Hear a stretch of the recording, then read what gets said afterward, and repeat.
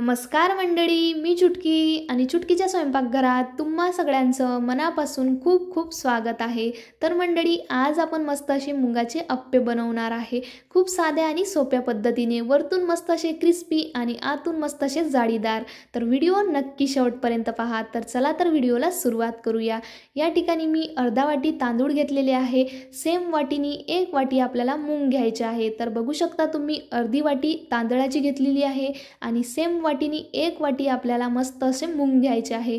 तुमच्याकडे मूग नसेल तर तुम्ही या ठिकाणी मुगाची डाळ सुद्धा यूज करू शकता, पण आपल्याला बिलकुलही त्याचे छिलके वगैरे काढायचे नाही आहे, आपण डायरेक्ट बनवणार आहे। तर बघा, या ठिकाणी मूग आणि तांदूळ जे आहे ते मस्त असे छान मिक्स करून घ्या आणि हाताने छान मिक्स केल्यानंतर यामध्ये आपल्याला टाकायचं आहे मेथी, कारण की मेथी हे मस्त राहते आपल्या शरीरासाठी सुद्धा आणि मस्त या बेटरमध्ये सुद्धा मस्त छान फुगून यासाठी आपल्याला टाकायचं आहे। तर बघा, आपल्याला याला फुगायला ठेवायचं नाही आहे। या बेटरला जसं आपण मिक्सरमधून काढू तसंच आपल्याला याचे अप्पे बनवायचे आहे, बिलकुलही याला फुगवायची गरज नाही आहे। तर बघा मंडळी, आपण पॉलिशचे मूग वापरलेले आहे, म्हणजे विकतचे आणलेले आहे, त्यामुळे आपल्याला 2 ते 3 पाण्याने धुवायचे आहे स्वच्छ आणि त्यानंतर 1 ते 2 गळवा पाणी टाकून मस्त असे ठेवायचे आहे रात्रभरासाठी। तर हे जेव्हा चांगले भिजणार तेव्हाच तुमचे अप्पे मस्त असे परफेक्ट बनून तयार होणार। नाहीतर तुम्ही काय करणार, 1-2 तासासाठी ठेवणार आणि नंतर पटकनच त्याचे अप्पे बनवणार, तर बिलकुलही छान बनणार नाही। तर मी रात्रभरासाठी मस्त असे भिजत ठेवलेले होते। त्यानंतर तुम्ही इथे बघू शकता की आपले मूग कशा प्रकारे मस्त असे फुगलेले आहे, बिलकुलही यात कडकपणा आहे नाही आणि अंदरून मस्त असे नरम झालेले आहे, म्हणजेच की छान फुगलेले आहे। तर बघा, तांदूळसुद्धा फुगले आणि मेथीचे दाणेसुद्धा फुगलेले आहे। तर आपल्याला हे बेटर बिलकुलही भिजायसाठी ठेवायचं नाही आहे। आपले एकदा मूग भिजून तयार झाले की पटकनच आपण अप्पे बनवायसाठी सुरुवात करूया। त्यासाठी मी इथे एका ताटामध्ये पूर्ण हे मूग आणि तांदूळ किंवा पूर्ण हे जे आहे म्हणजे मिक्सर ते पूर्ण मी ते काढून घेतलेलं आहे आणि त्यानंतर आता मी या मिक्सरच्या भांड्यामध्ये टाकणार आहे, कारण की आपल्याला आता याची पटकनच अशी पेस्ट करायची आहे। तर बघू शकता मंडळी, मी इथे म्हणजे मिक्सरचे जे भांडं आहे ते अर्धं भांडं इथे मूग टाकून घेतलेले आहे आणि तांदूळसुद्धा मस्त यात टाकून घेतलेले। इथे मी पाणी बिलकुलही वापरणार नाही आहे, कारण की रात्रभर भिजवल्यानंतर बिलकुलही पाण्याची आवश्यकता नाही आहे, तर त्यासाठी मी इथे पाणी टाकणार नाही। तर बघा, थोडंसं जास्त मिक्सरला फिरवून तुम्ही अशा प्रकारे बेटर तयार करू शकता। तुम्ही सुद्धा तुमचं मिक्सर थोडंसं छान असेल तर पटकन होऊन जाणार, पण थोडंसं जुनं असेल तर थोडा टाईम लागणार। तर बघा, अशा प्रकारे तुम्हाला सुद्धा बेटर बनवून घ्यायचं आहे। तर बघा, मी पूर्ण अर्धा याचं बेटर बनवून घेतलेलं आहे आणि त्यानंतर यामध्ये काय काय साहित्य मी टाकणार आहे ते सुद्धा तुम्हाला आता दाखवते। 3 चिरलेल्या मस्त बारीक अशा मिरच्या, थोडीशी कोथिंबीर, थोडासा खायचा सोडा, इथे इनोचा वापर बिलकुलही करू नका, त्यानंतर सोबतच थोडंसं मीठ। तर हे सगळे जिन्नस आपल्याला यामध्ये टाकायचे आहे आणि टाकल्यानंतर मस्त असं मिक्स करून घ्यायचं आहे। तर हो मंडळी, तुम्ही जर माझ्या चॅनलवर नवीन असाल तर बिलकुल सबस्क्राईब करायला विसरू नका, कारण की तुमच्या सपोर्टमुळे मला खूप इंटरेस्ट येतो नेक्स्ट व्हिडिओ बनवण्यात आणि नक्की सपोर्ट करा आणि चुटकीला सबस्क्राईब करायला बिलकुल विसरू नका। तर बघा मंडळी, या ठिकाणी आपल्याला बेटर असं मस्त छान मिक्स करून घ्यायचं आहे। त्यानंतर पटकनच आपल्या गॅसवर म्हणजे आपलं जे अप्पेचं भांडं आहे ते ठेवायचं आहे।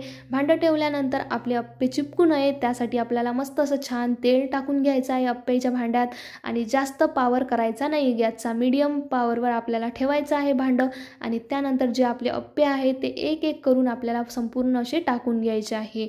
तर मंडळी, तुम्ही कशा प्रकारे मुंगाचे अप्पे बनवता ते सुद्धा मला नक्की कमेंटमध्ये सांगा आणि ही रेसिपी तुम्हाला कशी वाटली ते सुद्धा मला कमेंटमध्ये सांगा। तर बघा, मी इथं बिलकुलही भिजत ठेवलेलं नाही आहे बेटर, फक्त थोडासा खायचा सोडा टाकलेला आहे। इनोचा वापर करणार तुम्ही तर बिलकुलही चव लागणार नाही, म्हणजे कसं होतं ना, जेव्हा आपण इनो टाकतो त्यावेळेस इनोचाच फ्लेवर पूर्ण येऊन जातो त्या अप्प्यामध्ये, तर त्यामुळे तुम्हाला इनो वगैरे इथे काहीही टाकायचं नाही आहे। मी संपूर्ण अप्पे टाकून घेतले आणि त्यानंतर यावर थोडं थोडं तेल टाकलेलं आहे। तेल टाकल्यानंतर आपल्याला यावर झाकण ठेवायचं आहे आणि वरतून थोडेसे होत नाही तोपर्यंत आपल्याला मस्त असे ठेवून घ्यायचे आहे। तर बघा, मी इथे आता चेक करत आहे की झाले आहे का, तर वरतून थोडेसे सोकल्यासारखे वाटत होते, पण बिलकुलही शिजलेले नव्हते. कारण की मी थोडंसं टाकून बघितलं याच्यात म्हणजे चम्मचनी किंवा स्पॅच्युल्यानी, तर बिलकुलही साईडनी तर थोडेसे मोकळे झाले होते, पण मधात जो भाग आहे तो बिलकुलही शिजलेला नव्हता. तर त्यामुळे मी जास्त असं त्याला हलवलं नाही आणि अजून झाकण ठेवलं. 2-3 मिनिट अजून होऊ दिलं आणि त्यानंतर मी चेक केलं की झाले की नाही. तर बघा यानंतर आपल्याला अजून थोडेसे सोकल्यासारखे वाटत आहे. तर त्यानंतर मी इथे असे पलटून घेतलेले आहे. खूप छान लागतात मंडळी. आणि मूगसुद्धा आपल्याला मुगाची भाजी आवडत नसेल किंवा आपण बनवत नसेल जास्त वेळा, तर अशा प्रकारे अप्पे तुम्ही नक्की ट्राय करा. कारण की आपल्या हेल्थसाठी पण मूग छान असतात आणि पौष्टिकसुद्धा असतात. तर बघा, आपल्याला तांदळाचा वापर खूप कमी करायचा आहे या ठिकाणी. बिलकुलही जास्त तांदूळ टाकू नका, कारण की जास्त तांदूळ टाकणार तर ते कचकच लागणार आणि तांदूळ फुगायला खूप टाईम लागतो. त्यामुळे तांदळाचा वापर तुम्ही बिलकुलही करू नका या ठिकाणी जास्त. मी जितकं माप सांगितलं आहे तशा प्रकारे जर तुम्ही अप्पे बनवले तर अशाच प्रकारे मस्त असे बनून तयार होणार. तर बघू शकता आता तुम्हाला मी जवळून व्ह्यू दाखवत आहे आपल्या अप्पे कशा प्रकारे बनलेले आहे.